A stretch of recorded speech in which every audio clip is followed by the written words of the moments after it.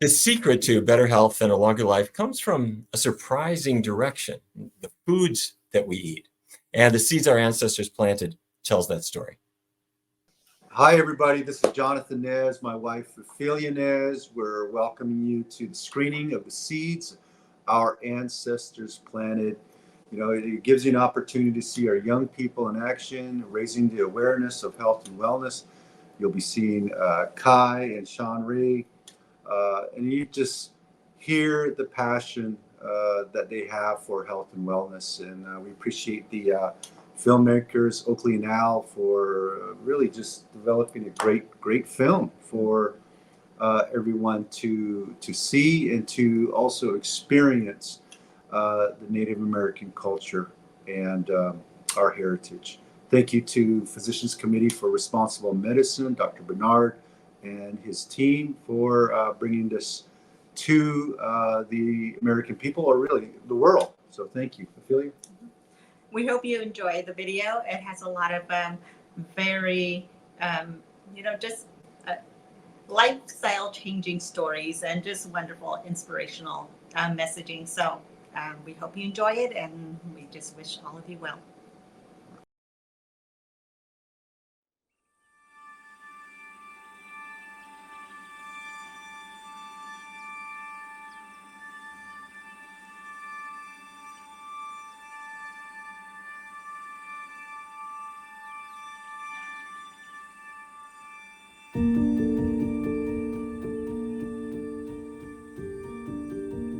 Pronounce this as naize, and it's just squash in general, not ope, and that just means beans. No, tato is that blue corn. Is it a summer you would have imagined after high school? Like what? How would you describe this whole experience? It's the year 2020. I did not expect any of this to happen at all. Coronavirus infections and deaths are ripping through the Navajo Nation. Navajo Nation is seeing a huge spike in coronavirus. Not New York or even Los Angeles or Chicago. It's the Navajo Nation. Could be called the epicenter of COVID in the country right now. Native Americans have the highest rates of hospitalization from COVID of any racial group in the United States. 1 in 5 Native Americans has diabetes, both underlying conditions that can make COVID-19 particularly dangerous. We are dealing with historical disparities. This isn't a matter of race, but a matter of institutional racism that has made people at higher susceptibility for infectious diseases. This is not a question of race, but of racism, essentially. Of institutional racism. We need help. The first citizens of this country have been at times pushed aside, but we're a resilient people. COVID has perhaps exposed a great part of this country to the realities that exist here.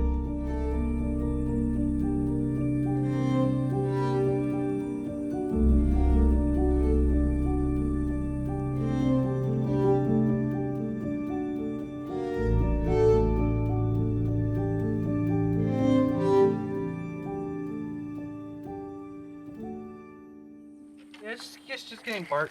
Yeah. And some wood chips.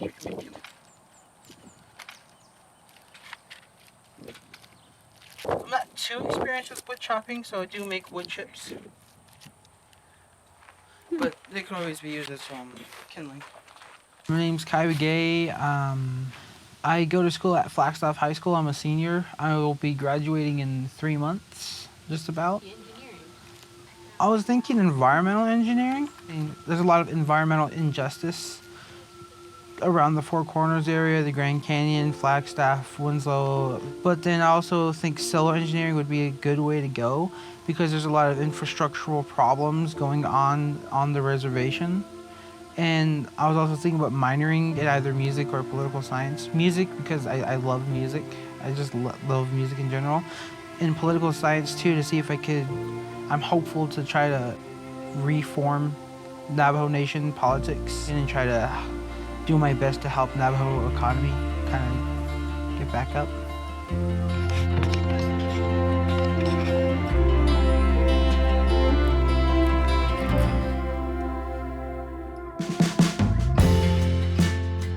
Kai Begay نشتيه sophomore جي Flagstaff High School نشتخه My name is Kai Begay, and I'm a sophomore at Flagstaff High School.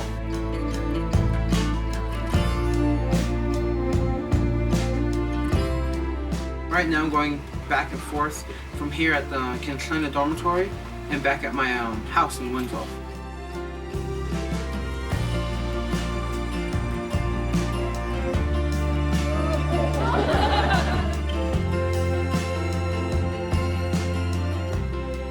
Kai, he's one of our students. Ja, det er ikke jeg Kai Begay ikke. Er det en slinge jeg tapper han slet what sånn i bare skit. Det er den det skje.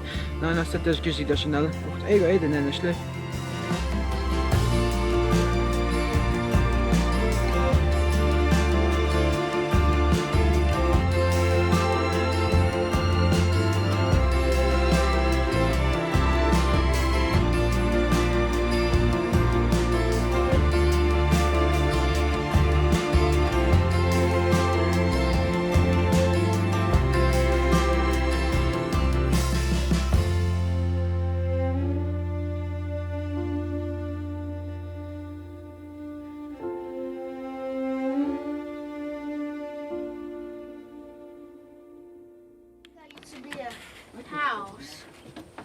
Right now, my little brothers aren't the healthiest. I'm not the healthiest. My father is not the healthiest.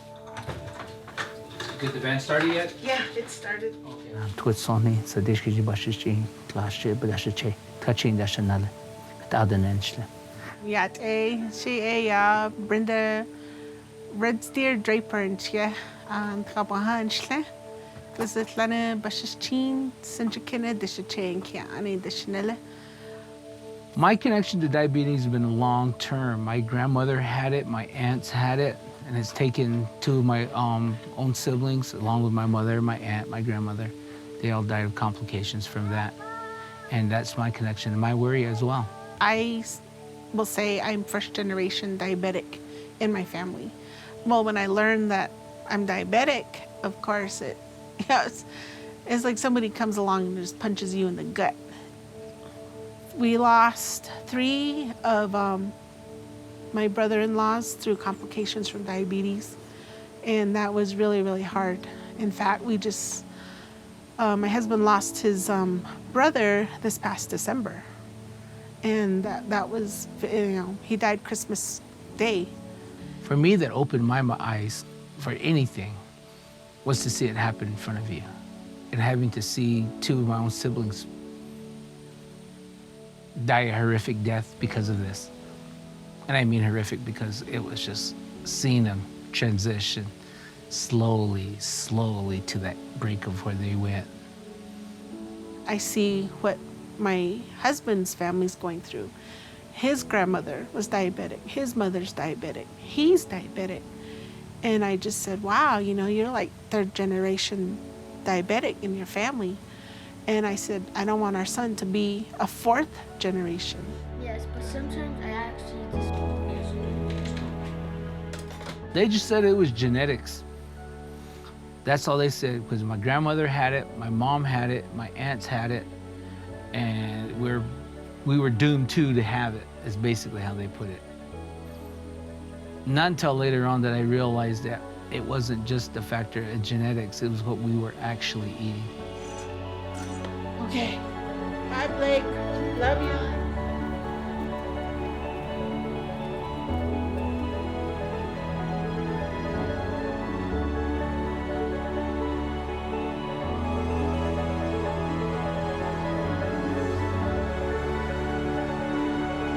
Please join me in welcoming Good Health Champion Vice President Jonathan Nez.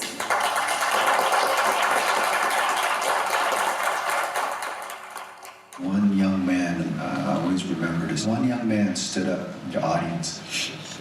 He said, Mr. Nez, you tell us to eat right and exercise, but look at you, you're just getting bigger and bigger. Ouch, right? And I was like, man, I was hurt. First reaction was kind of like, how dare you, son, right? This young man, helped change my life completely, I really think. Guess how many pounds I was at the peak when this young man called me up? I was 300 pounds, believe it or not. You look at me right now, you might think, oh man, that's impossible. I was 300 pounds. I went no animal products for over a year now. And I've seen that change in my body. I'm not promoting this on anybody, it's a choice. But for me, I've seen it change my way of life in a big way. So thank you very much. God bless you, and God bless our great Navajo Nation.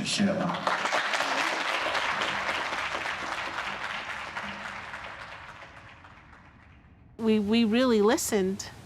We listened to the speakers, and it really helped that they had, Navajo families up there.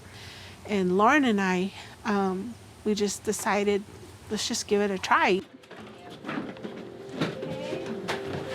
This guy. Thank you.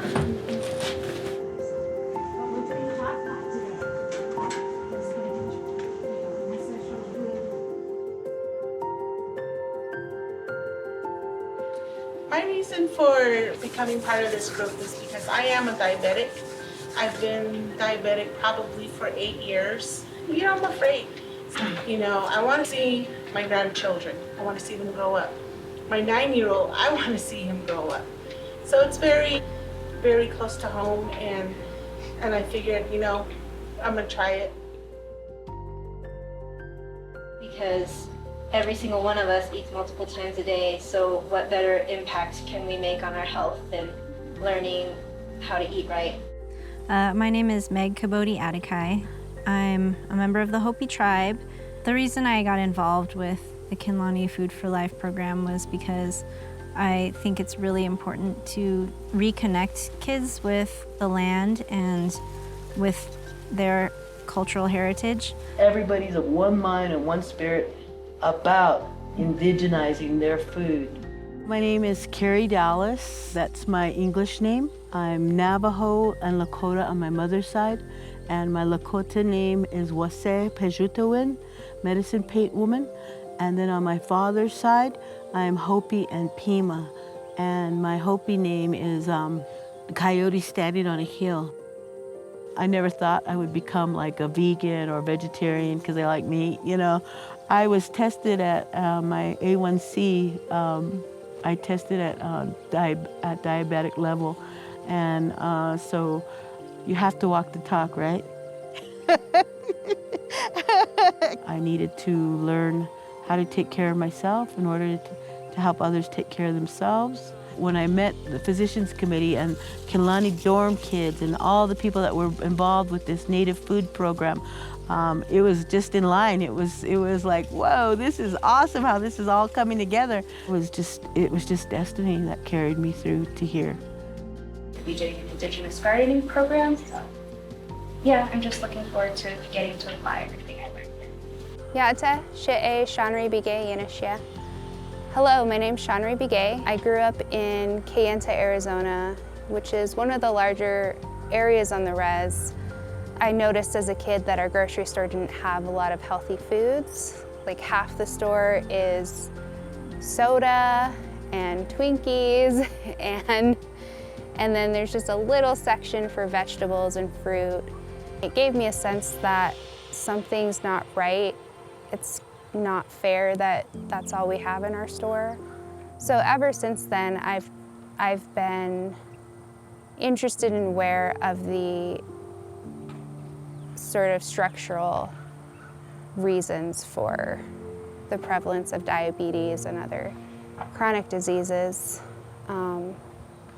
among my people. There are two, so how the Native Food for Life program is different is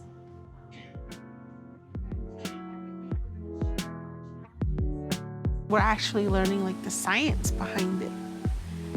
I can't say it's all old stuff, it's primitive stuff, but it's like, no, there are stories behind it. And I was really excited to hear that one of the best ways to eat is to actually, eat what we ancestrally ate, not think of eating any particular way as a diet, but thinking of it as more of a lifestyle that's transitioning more into an ancestral way of living and eating. When you hear what researchers have found, what doctors are sharing, it's like an aha moment. The reason that having a plant-based diet affects diabetes and actually can reverse your diabetes is because a plant-based diet has a much lower fat content. What happens on the cellular level is that if there gets to be too much fat in a human cell, it affects the insulin and taking in sugars. When people think about diabetes, they automatically associate sugar as the main cause of the problem. Fat is just as much a culprit in diabetes as sugar is.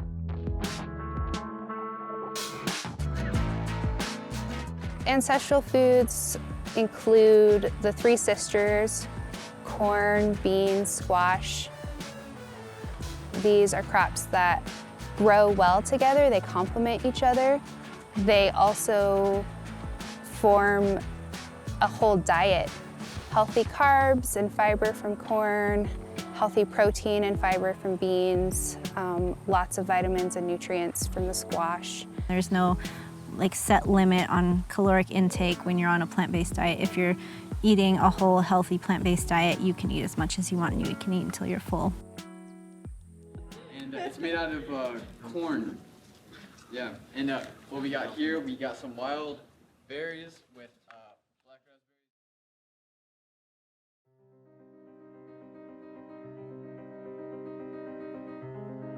I like the fact that that one conference we went to, they're talking about the commodities we used to get. And it was like, yeah, you know, I remember some of that stuff, my mom preparing it, because I used to like to help my mom in the kitchen sometimes. And she goes, yeah, it's just what you do, you know. Open up those cans and all this fat and lard or whatever came out of those cans. And my mom was a single mother. She raised us by herself, and she took whatever she could and turned it into meals for us.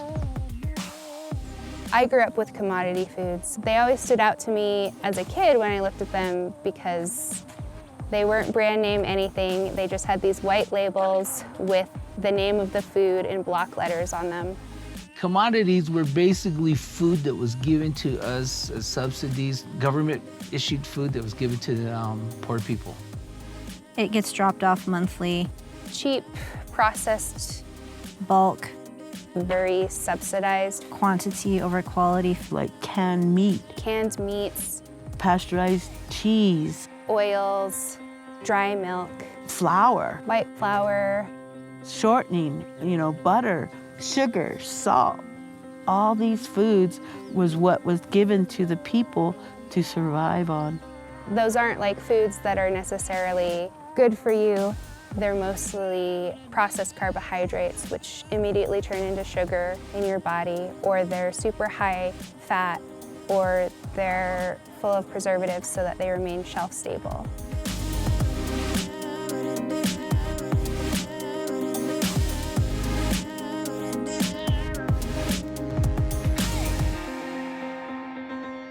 It's part of the historical trauma that our food changed. It saturated our diets with fat and sugar.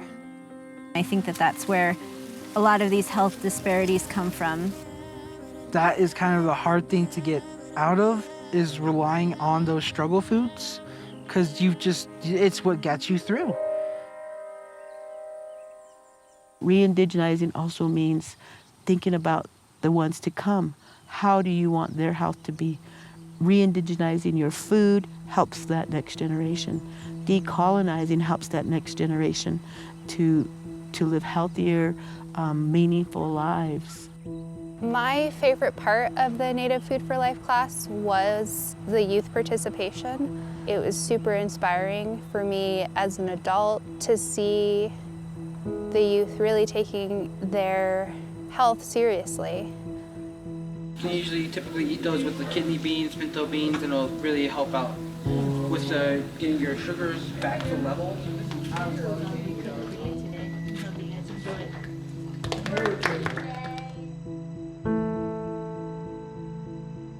When we actually try the foods that we're tying in to what we discuss in that class. I was just sitting there like, wow, you know, I never knew to combine this with this.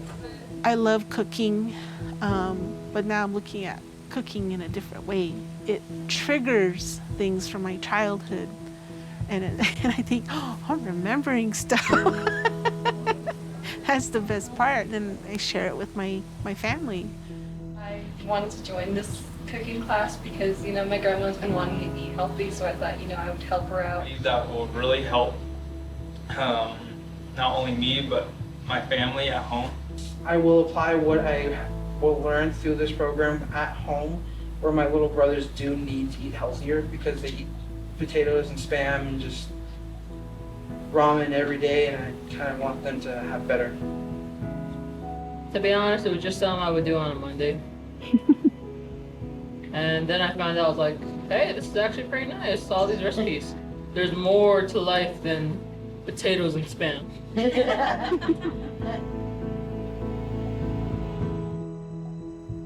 And I'm really optimistic. I think it's great. The younger you can start taking care of yourself and your body and making good decisions, like choosing healthier foods, I think the better your whole life will be. It can help your mental health, your emotional health, can help your brain focus better, in addition to all of the physical benefits that you normally hear about. Energy. It kind of had me focused. I accomplished a lot in terms because I was failing my calculus, but then I brought my grade up to an A. So really, for me, a plant-based diet gave me a lot of energy and a lot of focus. It might be different for you. For me, it was energy. For me, it was seeing me kind of slim down too, because that brought back some confidence. So in terms of the plant-based diet, one of the benefits for me was a little more self-confidence in terms of my my weight, and energy in terms of getting things done that I need to get done.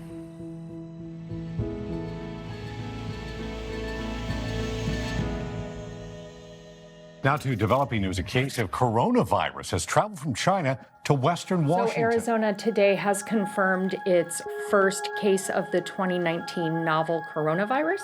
This is Jonathan Nez, president of Navajo Nation. Well, the Navajo Nation is seeing a huge spike in coronavirus cases. This is a serious public health emergency on the Navajo Nation, so we're doing everything we can. We're all in this together. COVID-19, this monster, we all can beat this monster. Now that we're in a pandemic, how do you build up immunity? We got to let go of eating a lot of meat, get away from the processed foods, and what do you get left with then? You're talking about a lot of foods that are coming straight from the ground and straight into your mouth without going through some factory setting or something else like that. Then we need our bodies to be strong to overcome that virus. And then one way to do that is to eat good foods, because what? Food is medicine.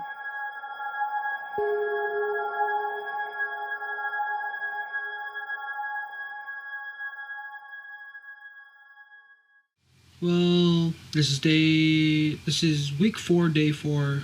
No, week 4, day 2 of quarantine. Shema.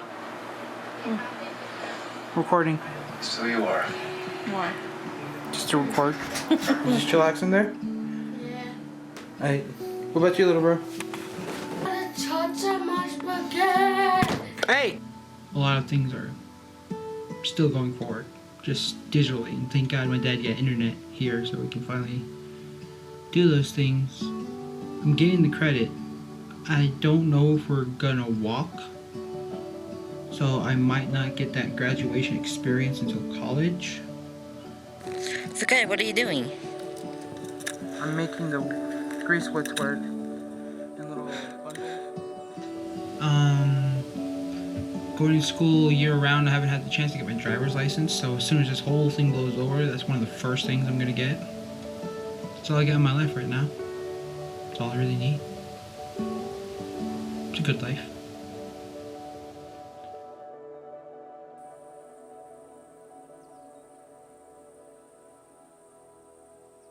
The fact that people with pre-existing conditions are at a higher risk for the COVID virus is scarier. It is scary because I don't want my parents to contract it. They are older and they won't be able to bounce back as they have in the past. So that's kind of scary right there, just the thought of it. Tell Anna she's cooking. Bring a pair of tongs. So how's your Mother's Day going so far, Mom? Going good. Hey Kai, you're blind. It was in the dish track.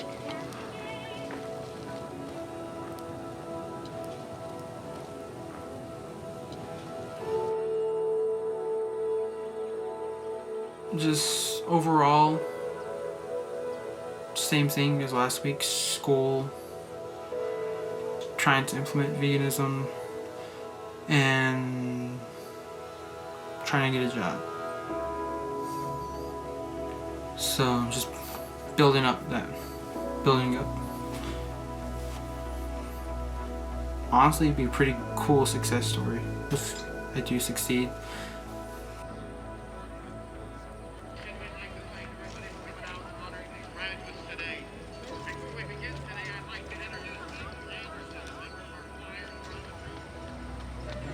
Ladies and gentlemen, it's my honor today to introduce the graduating seniors of the class of 2020 for Flagstaff High School.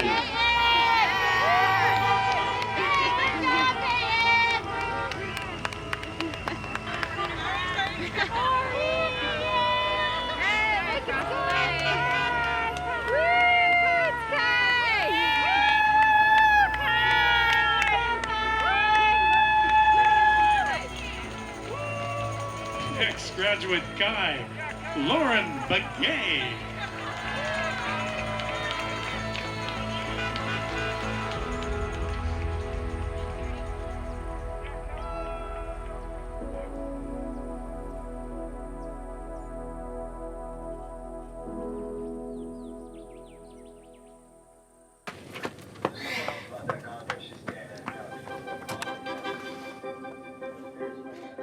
It's been a while since the last diary. That was in, I think, June, and it's November.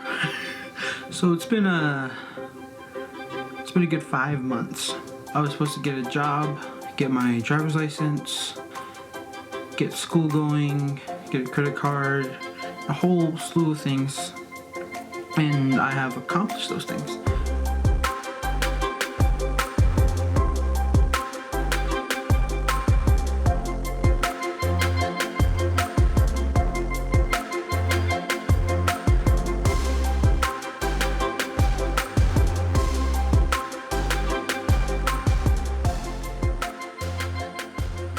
And over here, my personal favorite has to be North 40. It's an indigenous crops garden.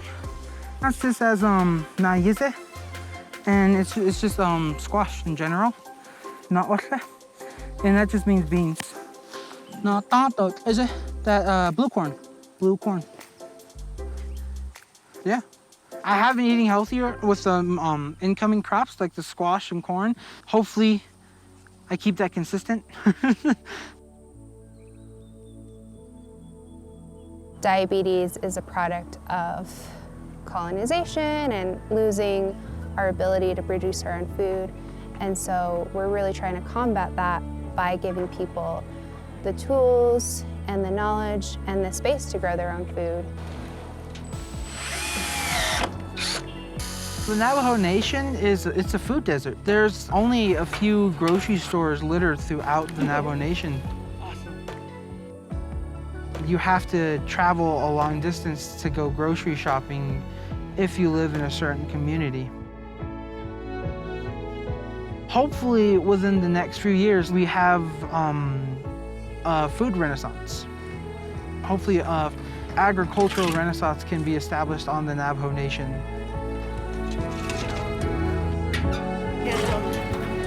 And I said, remember we're doing the manure thing? Oh yeah!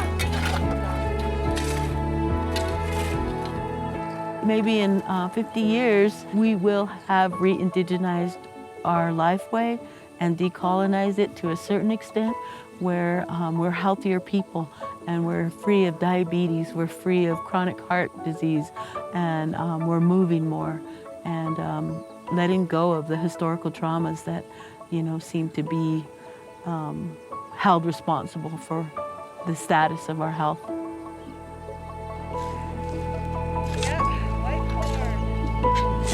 right, we'll see you. Good night.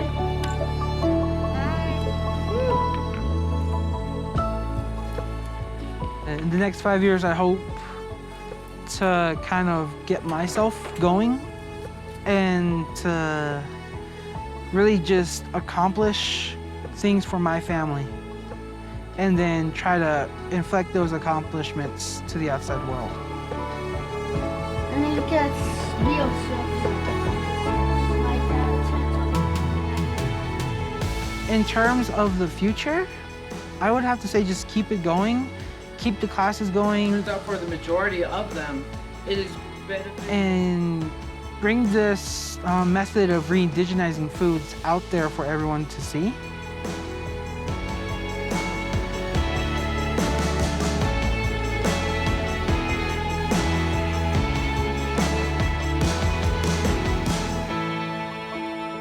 And this is all years down the road, but I really hope that something greater can be accomplished, something incomprehensibly great.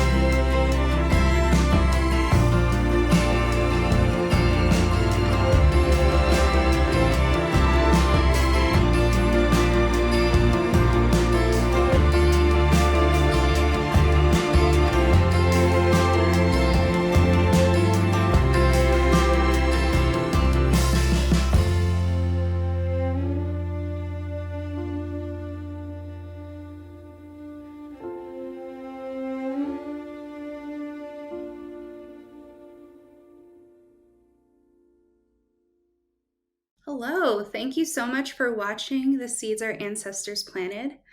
I think it's an amazing film and I'm very proud of my involvement with it. My name is Shonri Begay. Yat Shonri Begay Yinishya Tachitni Nishla Torachitni Bashichin Ashihe Dashanella Bilagana Dashache. I am a farmer, an educator, a youth mentor, here in Flagstaff, Arizona, and I'm also the host for this panel. I'm honored to get to talk to these amazing people who were involved in the film. This panel will not only explore how these folks got involved in the film, but also what they hope will come out of this work and making this film available to people virtually. So welcome everybody. I'd like to start with Kai Begay. Kai is an undergrad at Northern Arizona University, majoring in mechanical engineering and minoring in physics. He is currently working under Dr. Andrew Richardson as a data curator for his project PhenoCam, as well as a Pathways to the Skies intern, working to expand the PhenoCam project from visible RGB and near-infrared wavelength data to thermal and ultraviolet spectrum data. Sorry, Kai, those were a lot of words that I'm not used to saying every day. So Kai, welcome. I wanted to start by asking, what advice would you give to young adults just graduating high school or entering college who are interested in plant-based eating? That's a really good question. You're gonna be broke going into college. and you're gonna get down to the point where you're counting each penny. So while you're doing that, you want your food to last longer, and it's generally stated with plant-based eating not to eat a lot of canned foods. You want it to be fresh and like just off of like the market, but sometimes that's not entirely realistic, especially if you're grinding out homework assignments and you forget to eat, which happens to me a lot.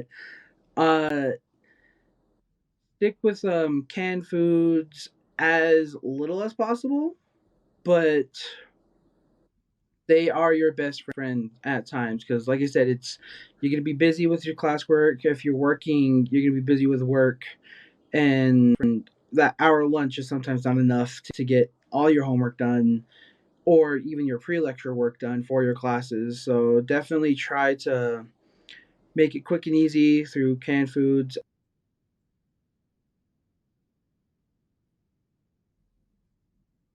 That a lot of people think that plant-based eating is expensive. You have to buy a lot of like meat substitutes and from like the refrigerator aisle.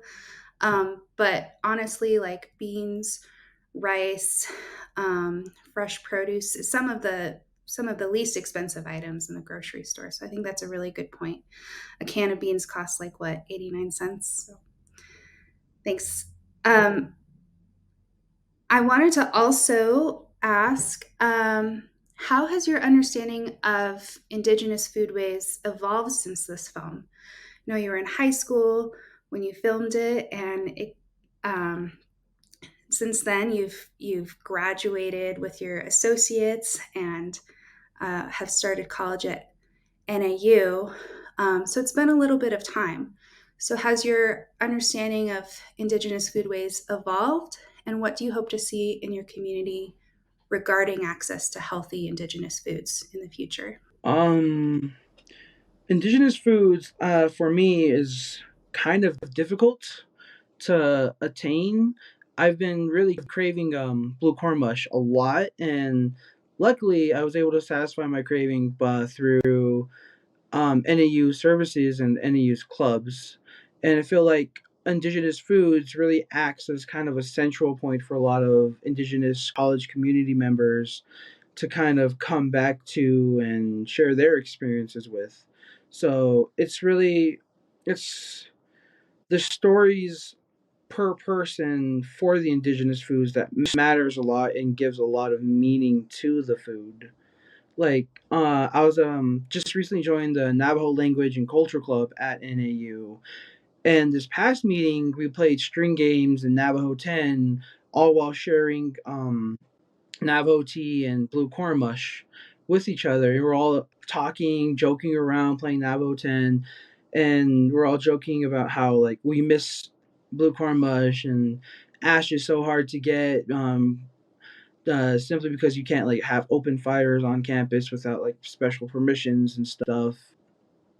It's the stories behind it that gives it a lot of meaning, and hopefully, at least within my NAU committee or the NAU community, we can do a lot more food based events.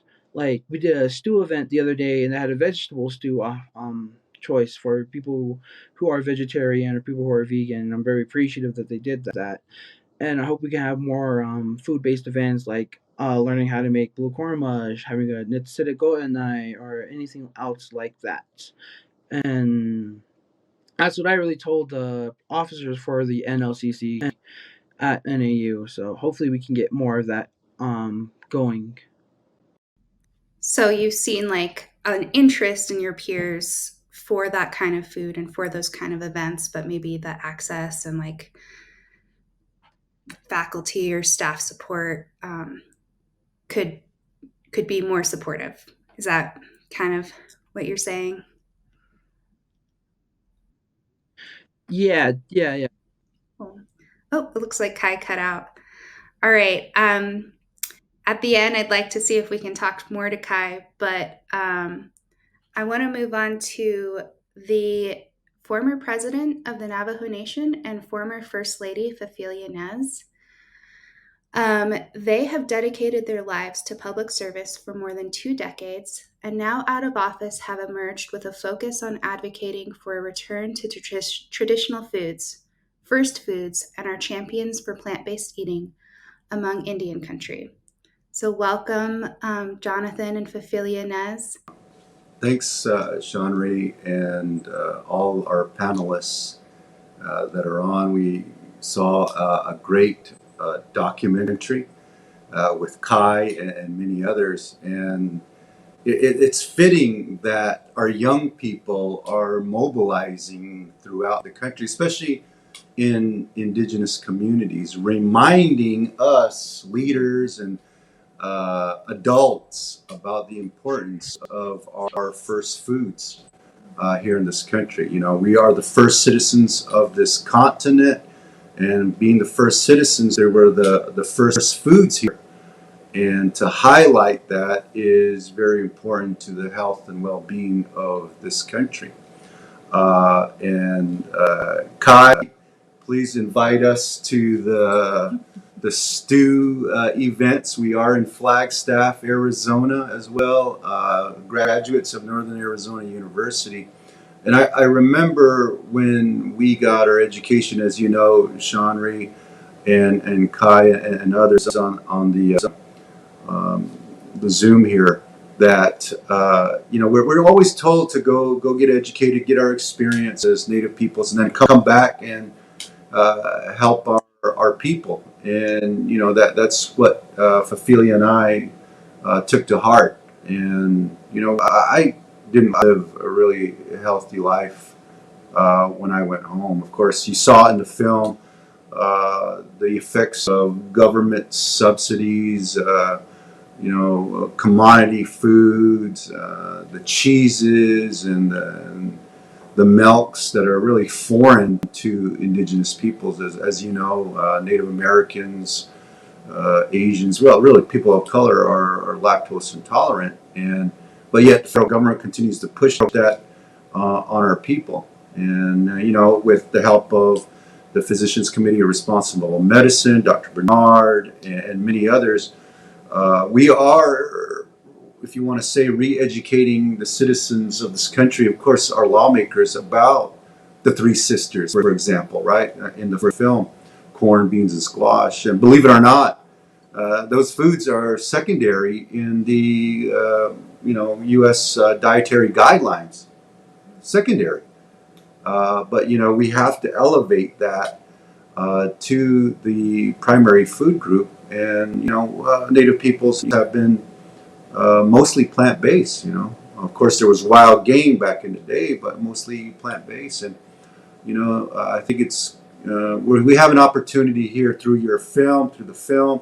I appreciate the filmmakers being on the Zoom as well, because it gives an opportunity to tell our story and re-educate people out there in the history of indigenous peoples in this country. And you know, I'm hoping that we could be able to use the young people's, the movement, the health and wellness movement that you all saw in the film, to make some changes in this country's food system. You know, we have high levels of diabetes and heart disease and cancers in indigenous communities, people of color communities, really all across the country. And you know, with my wife, been advocating a lot on focusing on the young people, right? Some of us are in an age where we're already set in our ways, we already know what we're going to eat, but I think it's really the young people. She's been a big advocate on early childhood development, getting that type of education to our young people to understand that, you know, those foods have been here on this continent since time immemorial, if you know the stories for indigenous communities. So let me just also give some time to Phefelia to elaborate a little bit more on that question. Thank you, Shonri. Hi, everybody. So I always go back to the home level, right? It's almost like it starts really at an individual level, I think, but really in tribal communities, everything that we do in the home, I mean, we have a direct impact on who we live with in the home, right? So in our home, it would be the two of us and then our two sons. And so I always look at it from there, and I always tell people, the most amount of impact we're ever going to have in life is really, it starts in the home. And so for me, it's been an education and finding recipes, but really the nutrition aspect to overall well-being for all of us. In addition to nutrition, it's just a lifestyle, right? Making it a norm to seek out foods that we know benefit our overall health and the well-being of the people that we love. And so it's really been, finding the data, the science that comes with all of this, right? I mean, that's the first thing you look at. Is this really how, the things that we put into our mouths, like how does it really affect our bodies? And when you look at how plant-based eating and eating whole foods, the benefits that come out of that for reducing, diabetes, for curbing heart disease, for reducing obesity, and then the people that we've heard tell their stories and sharing their stories. It's been very powerful to actually hear those stories, and then of course to witness some of how the foods that people eat have transformed their lives. And so moving to Flagstaff has been a godsend. I mean, there you're looking at what's available in the grocery stores, what's available in the restaurants, which really does matter. I mean, you go seek out places that actually have items on the menu that promote whole food, plant-based eating. And then there's also, I mean, even in Flagstaff, I'm one of those. So when I was an undergraduate student, the one of the things that I'm so glad I took, there's a course that was called Politics of World Hunger. And when you start understanding the institutions, just the way food is produced and distributed worldwide, and then you think back to indigenous peoples and where is our knowledge and where is everything that we've eaten over the course of centuries, where does that all fit into the overall food systems, and the kind of foods that are available for us to access. And there's a disconnect there. But I think over time we have, just with this, just bringing more awareness, and I think there's a lot of people out in Indian country now who are beginning to understand this and to return to seeking what their peoples ate over time, and then pairing it with, of course, now with Western education and the studies and the data that are available, and it's really a benefit to all of us. And so living in Flagstaff, and then going back to the course that I took, one of the things that we were required to do is you had to either do a project locally, or you could volunteer at a food bank or a soup kitchen or something else like that, where you get to see and feed and assist people who need food. And so, but since we returned back to Flagstaff, that's kind of the good thing about Flagstaff Food Bank. It doesn't matter your income. It doesn't matter anything else. You can go there and have access to that. So I've been going like once a week, right? And so far, nobody's ever asked me like, okay, you make too much, or, they don't ask any questions, right? But I will tell you this, they have, over the course of the past few months, right? August, September, October, November, December, I'm beginning to see a lot more plant-based items in those boxes and what they distribute. And they do distribute a lot of produce, And that's something that I think is completely wonderful. I mean, to live in a community that is very, it might not be everybody across the board, but to know that there's people in the community who understand the importance of the type of food to eat, the type of foods to share. And I'm sure that a lot of them understand the why behind it. And I think there's a lot more of that happening in a lot of communities. And so, and it is very important. And then the other thing that, when we did the 21-day challenge, right? And then when we were still in Winter Rock, one of the things we did that with Carolyn Trapp, by the way, of PCRM. Yeah, and so that time I ordered the Fork Overnight, the cookbook set, right? The menus, the recipes, and that, you know, finding recipes online or in books, in bookstores, or, you know, that's also been wonderful. And now, you know, that's available for anyone to purchase and anyone to find on the internet, and just being able to find the ingredients that are, you know, that are needed to make some of these menu items. It's been great and delicious. I really appreciated hearing some of the themes that you're talking about: youth leadership, or youth outreach, and accessibility of affordable foods, being some of the things that Kai was talking about, and some of the things that you as leaders are also thinking about. So I'm glad to see those concerns, those priorities kind of like connecting.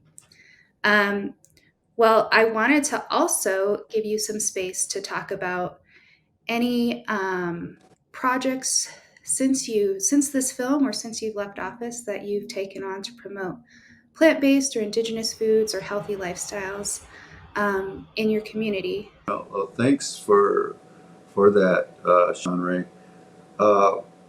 You know, during our tenure, we've been in public service for over 18 years, and you know, health and wellness is a passion of ours. You know, trying to change the way people think. You know, that's probably the biggest challenge, right? It's just changing the norm.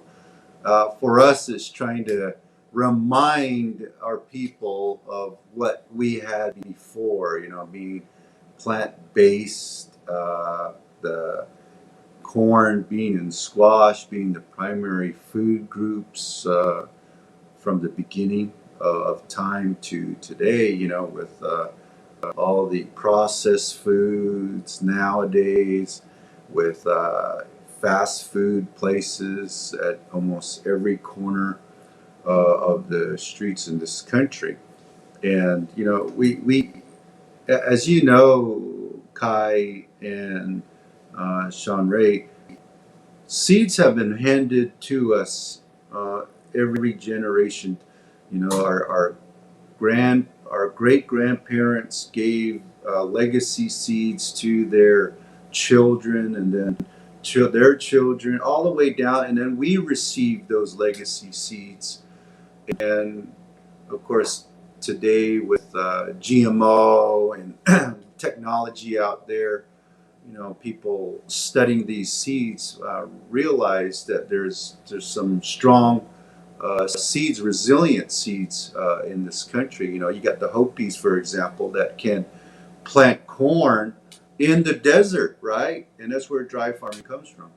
But really, getting those types of foods into our programs was one of the biggest challenges. You know, as a sovereign nation, indigenous peoples, we pride ourselves to be a nation that can govern themselves. But you got all these federal regulations, you know, pressing up against us. So when we were in office, one of the things that we did was, okay, if we're going to give healthy foods, our own foods to our people, then why do we need to ask for permission from the federal government, USDA, and say, hey, can you put a stamp on this to say it's okay for it to be offered in our supermarkets? Now, that's not sovereignty. And so what we said was, hey, We know how to prepare food. We know how to process foods. We've done that since time immemorial, and we're still alive, so we know how to do that. And so really taking sovereignty seriously and say we're gonna grow our own foods, and we're gonna offer that to our senior citizen programs. We're gonna offer it into our supermarkets. And again, we get this press back from the federal government saying you can't do that. You have to follow the process. So one example we have to do is, in order to get it certified, we have to take our foods off our nation, get that stamp of approval, and then haul that food back into our supermarkets to be, have it available for our people. And that shouldn't be the case. And Kai mentioned blue corn mush. We finally got blue corn into the commodity food program. And it took so long and so many years, decades, in order for us to have native foods on that menu that goes to our people. And I see that more and more as you all talk about the importance of plant-based foods and our own indigenous foods. So we applaud the young people for reminding us, and that's where we as leaders appreciate that, because it is for the future. As you mentioned, as it was mentioned in the film, 7 generations into the future. And of course, you saw what happened with COVID. The film mentioned we got hit hard on the Navajo Nation. I am plant-based, vegan 7 years now. And I think truly that helped me throughout the COVID pandemic, because I was out on the front lines, amongst the virus on a daily basis, but I never got sick. Or if I did get sick, I didn't get, laid out like some of the other people out there. And, it affected a population that was vulnerable, those with diabetes, heart disease, and cancer. And our thoughts and prayers go out to everyone who lost loved ones during that difficult time. But the resilience here, we were able to turn it around to be one of the most vaccinated people in the country. And as I mention often, food is medicine. So one of the projects that we are currently working on, along with Physicians Committee for Responsible Medicine, is the 2025 to 2030, the USDA dietary guidelines. And so that one. Yeah, we're teamed up with PCRM, we got tribes, and it's all about educating our folks. I mean, people don't know until you share with them the effects of processed foods, or even reminding them of our own foods. And tribal communities throughout the country have supported us to recommend these types of changes to the U.S. Dietary Guidelines Advisory Committee. And we do have a Native American on that committee as well, Valerie Bluebird Jernigan from the tribal community. And, we're looking forward to working with her to, raise the awareness of better foods in our communities. As you know, we have food deserts in tribal communities, and to bring healthier foods onto the dinner table is a priority. And it's pretty cool that now out of government we get to focus on our passion, and that's health and wellness. And this is one of those projects that we're fully vested in, and we are looking forward to some good changes. And again, educating folks about indigenous culture and history. The other aspect to all of this is really reaching out to and being here to support our indigenous chefs. And they're really at the forefront of bringing this into their communities. And of course, it comes with a lot of, it gives them the opportunity to educate others as well of what foods are regional to different areas or maybe seasonal to different areas. And as Native peoples, we might have been majority plant-based and, with some meat in there. Over time, it's like, for example, we eat a lot of mutton, a lot of beef, and whatever's on the store shelves, right? Whether it's chicken, pork, and some of those things just, it's a kind of return back to thinking about how even, our foods were harvested and to keep it sustainable and moving away from items that are just mass produced on lots. And you hear, there's a bit of environmental impact from all of this as well. When you really look at, all this demand for burgers and, and you see the devastating effects it has in other, and not just in the US, but other countries in the world, and how much water is consumed, just the environmental aspects to the way we're eating and the things that we want to eat, right? Even when that's the added dimension to this is on a global scale, the impacts of the things that we do eat. And so, I just want to end with, I've always said, plants, animals, children, right? Coming back to the home level, because that's kind of how I grew up. We always had the forming aspect. And so in Navajo culture, you have the whole teaching of that, the land, the respect to that, the water, the air. And then, of course, when you have the seeds and just having understanding of how connected we really are to the world, to where we're at, and just the soil, the water, the air, the sunlight, how all of those things really do provide for us. Thank you so much. I love hearing how you weave Navajo culture and worldview with kind of your efforts to create systemic change. And so I appreciate that. And I want to move on to kind of the partnership between you and PCRM. I'm really happy to hear that you're still working with PCRM. So I want to introduce Dr. Neal Barnard. Neal Barnard is the president of the Physicians Committee for Responsible Medicine and a professor of medicine at the George Washington University. His focus is on using plant-based diets for the treatment and reversal of disease. Dr. Barnard, what sort of parallels have you found between the research you do at the Physicians Committee and Native traditional foods, and what inspired your partnership with the Navajo Nation that led to the Food for Life class at Kinlani Dorm? Well, thank you, Shonri.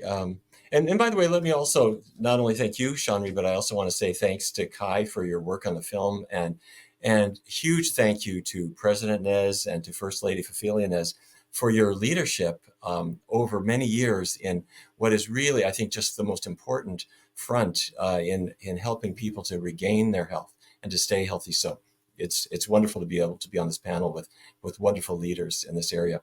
I have to say, for me, I didn't grow up with a healthy diet, or I guess we thought it was at the time. I grew up in North Dakota, and I ate what we all thought was healthy. And then I moved to Washington, D.C., where I live now. And I moved here to go to medical school, and we started doing research funded by the National Institutes of Health, NIH, to try to find what was the best diet for diabetes. And trying different diets, it became really clear that the more we were focusing on plants, grains, and beans, and vegetables, and fruits, the better results we were getting. And when I say results, I mean people's blood sugars getting better, their need for medication reducing, and in some cases, diabetes even going away, which was mind-blowing. We had thought that was not possible. And it wasn't possible if people ignored healthy foods, but it was possible. People took advantage of it. So our results were first published by the American Diabetes Association in 2006. And in 2008, I got a call from the radio program, Native America Calling. And the host said, let's talk about diabetes because it's really tearing up tribal communities. Diabetes is a big problem. And the question posed to me was, what did we find and could it be useful? So I was talking about grains and vegetables and fruits and beans and how these foods allow insulin resistance to melt away and to health to return. And a caller into the program said, well, wait a minute. What you're talking about resonates with our tradition of the three sisters. And she said the three sisters are corn and beans, and she couldn't remember the third one. And so the host said squash, corn, beans, and squash. And I suddenly realized, wait a minute, this was new to me, but both of them knew about this. It was like a lightning bolt. I felt I need to understand this powerful tradition to see how I can put this to use. So I called up the Navajo Nation Special Diabetes Program, and I asked if I could please meet with them and learn from them. And I went to Window Rock, and the folks there in the diabetes program were extremely patient, teaching me about traditional foods, not just corn, beans, and squash, but many, many others. And we were looking at them and feeling them and smelling them. And it was such a generous education that they gave me. And when we were done, they turned to me and said, well, tell us what you have found. And so we shared our NIH findings, and it was this exchange. And so out of this, we decided that we would do some classes together.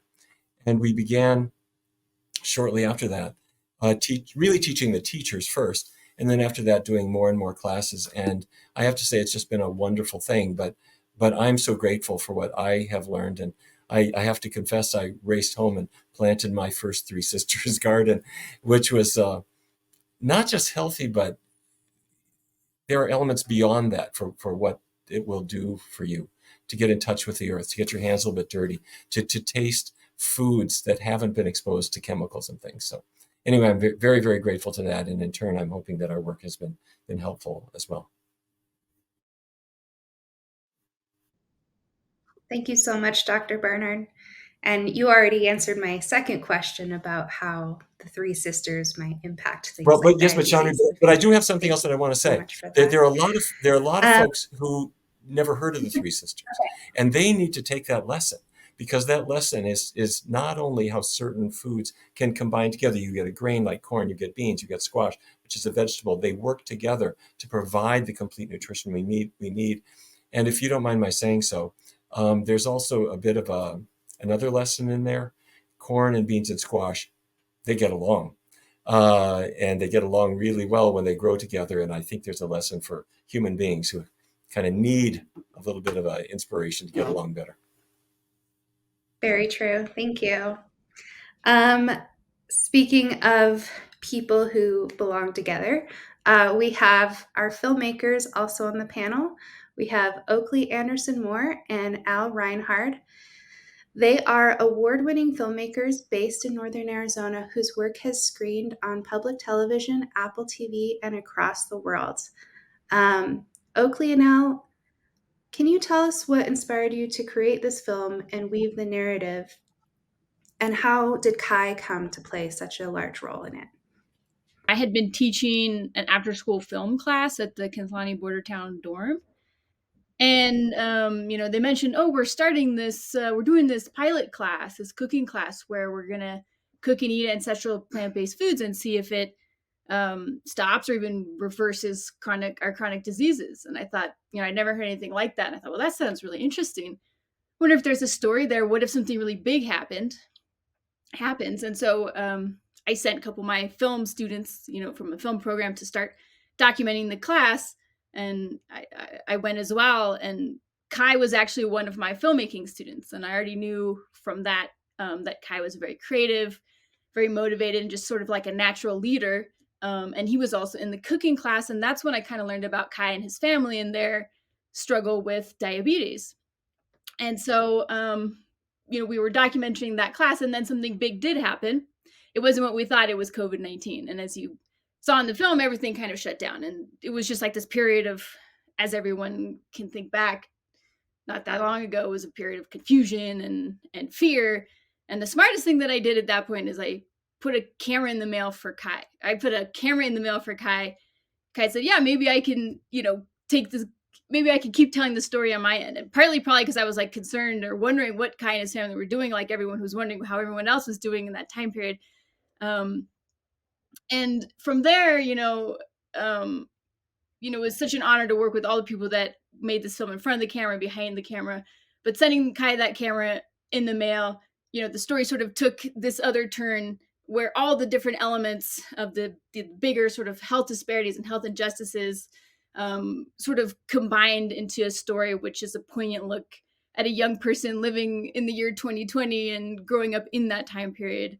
So that's kind of how it came about. And I'm just so thankful that everyone, including Kai, took on this personal element to share this story and make it so meaningful and impactful on a big level, but also on a small personal scale. Yeah, I'll just add, I wanted to piggyback just a random thought of what like Phefelia said about memories with food, and even that's kind of what attracted me to everyone's stories that they were telling in this film. Your own stories, like my grandparents, they grew up in Germany, small town Germany. They never drove a car, and I remember them having a small garden, picking asparagus together, beans, and those are things that you don't forget. And I think that is in the DNA of, it's global too. And I think, that's what the power of, documentary is too. It can, add to this cultural dialogue and, bring together all these different perspectives to add to that cultural dialogue. And I think, with this film too, what Jonathan says, food is medicine, these ideas that, go back so long, so many generations, and kind of are just coming back kind of into the kind of consciousness of everyone. But it's always been there, and I think that's what's so, what's so powerful about hearing everyone's story in this film. Yeah, and this idea of food as medicine. I mean, Jonathan just said it just now in this conversation, and that's kind of like the message of our film. And one thing that I think is important about this film and the story that's being told is like food as medicine, science, and indigenous traditional knowledge or traditional ecological knowledge. Those are not separate fields. Those are very much interrelated. And I think that's very powerful to hear and say. And, Kai's story, his family's story, the story of the other people in the film, that's a story that should be talked about and shared in our greater cultural dialogue. And for us, it's very important that Kai is the voice telling that story. So we're very proud to and happy to have worked with everyone on this film. And I think it's an important story that we can't wait for everyone to hear. Yeah, I hear a sequel coming up, right? Yeah, Kai, what do you think? You want to do a sequel? It's definitely up to you guys. I'm more than willing to help work with you again. I did want to add on to the project. Last academic year, when I was still at CCC, the current NAU Indigenous Ambassador Kaylee was trying to start up a produce garden around the Native American Cultural Center, but was never able to get the ball rolling on that. And so I kind of just want to workshop with you guys right now. If you're interested in getting something started like that next semester. Ooh, heck yeah. We're down. So what you're saying is we should put a camera in the mail and start it all over again? I'm game too if you guys wanted to. Yeah, we would love to talk about that, Kai. That sounds really cool. And I think, like Jonathan Phefelia said, like it's the young people that are making all this stuff. We're happy to work with all you youth and try and help you tell your stories and have your voices get heard. That would be wonderful. Let's do it. Ditto. I think everyone here except for Dr. Barnard is in Flagstaff or nearby. So I think we're all in your corner if you need us to come out in person. Definitely. Well, I have a hoe and shovel that I can bring too, so I'll get on the next plane. Yeah. Well, thank you, everyone. Appreciate you being on this panel, and thank you to everyone who is in the audience who viewed this and who viewed the film. We couldn't have done this without you and your support. And please share this film with people in your life that you think would be inspired by it. So thank you. Have a good one. Thanks, everyone. See ya. Thank you.